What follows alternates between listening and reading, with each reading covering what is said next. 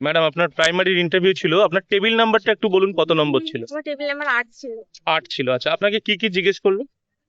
ঢুকলাম, হুম। ঢোকার পর নাম জিজ্ঞাসা করলেন, হুম। তারপর কোন সাবজেক্ট। হুম।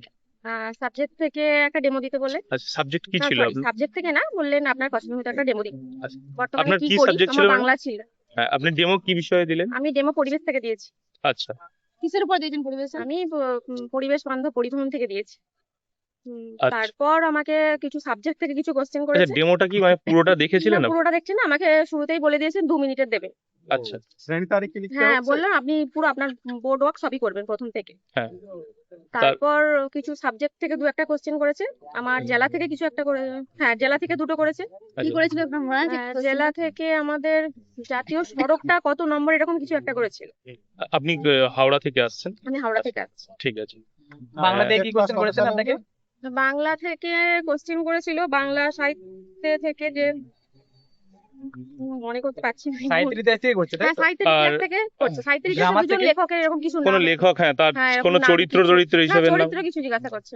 আচ্ছা, আপনাকে বোর্ডে কিছু লিখতে দিয়েছিল মানে ওটা ডেমো? আমাকে কিছু লিখতে দেয়নি, আমি ডেমোতেই ওই যা যা লিখেছিলেন হ্যাঁ, সেটাই? আর কিছু বাদ ঠিক আছে। দেয়নি। আর আলাদা থেকে কোনো কোশ্চেন সিচুয়েশন বেস আলাদা কোনো? না, আমাকে জিজ্ঞাসা করেছিল যে আপনি যে এলাকাতে থাকেন হুম। সেই এলাকাটার কিছু বিখ্যাত যদি কিছু উৎসব হয় সেটা বাচ্চাদের কিভাবে বোঝাবেন, এই ধারণাটা দিন। আচ্ছা আচ্ছা। এইটুকুই। আমি ঠিক। টেট পাস কত সালে? আমার টেট পাস 2022। আর আপনাদের শিশু মনস্তত্ত্ব বা এইসবের উপরে কোনো প্রশ্ন না, জিজ্ঞেস কোনো করেছিল? কোশ্চেন করেন।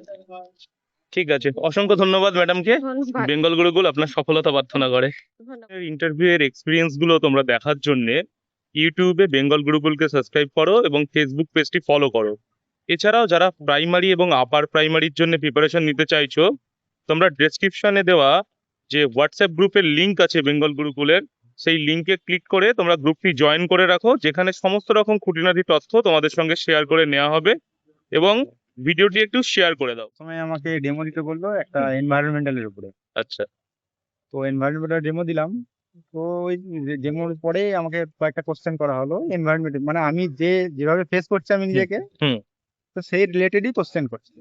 একটু কোশ্চেন গুলো বলেন। হায়ার এডুকেশন, যেমন আমাকে একটা কোশ্চেন করলো যে আমাকে যেন ডেমো দিতে বললো এনভায়রনমেন্টের উপরে ডেমো দিতে বললো। তো আচ্ছা, এনভায়রনমেন্টের উপরে আপনাকে ডেমো দিতে বলেছে? তারপরে মানে ওরা কি মানে জাস্ট সাবজেক্টটাই বলে দিল, কোনো টপিক হ্যাঁ। কিছু বলেনি তাই তো? হ্যাঁ।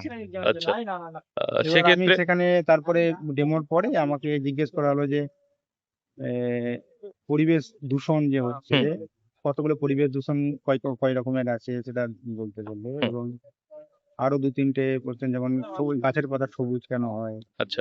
মানে আর একটা কোশ্চেন করেছিল যে এখনকার দিনে সব থেকে যেটা অনেক সময় বাড়িতে কোন এমন গাছ লাগানো হয়, কি পার্টিকুলার কোনো গাছ আছে কিনা যেটা যার জন্য পরিবেশ দূষণ রক্ষা করা যাবে, না অনেকে ফ্ল্যাটে অনেকে লাগায় পরিবেশ দূষণ যাতে না হয়।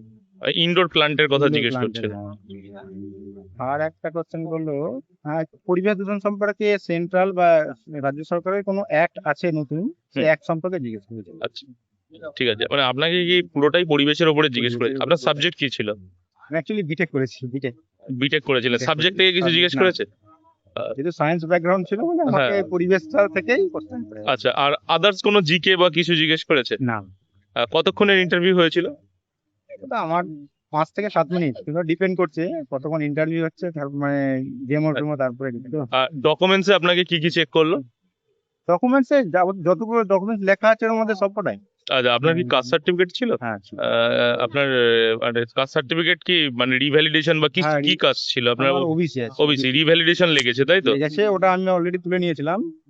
ইভেন যাদের নেই তাদেরকে তো অপশন দিচ্ছে 10 দিনের মধ্যে হয়তো জমা দিতে হবে। আচ্ছা, এটা একটা গুরুত্বপূর্ণ পয়েন্ট, মানে যাদের নেই আপনি বলছেন যে তাদের 10 দিন পর্যন্ত টাইম দিচ্ছে জমা দেওয়ার জন্য। বা তাকে একটা কোনো ডকুমেন্টস দেখাতে হবে যে অ্যাপ্লাই করেছে সেটা দেখানো উচিত তাই তো?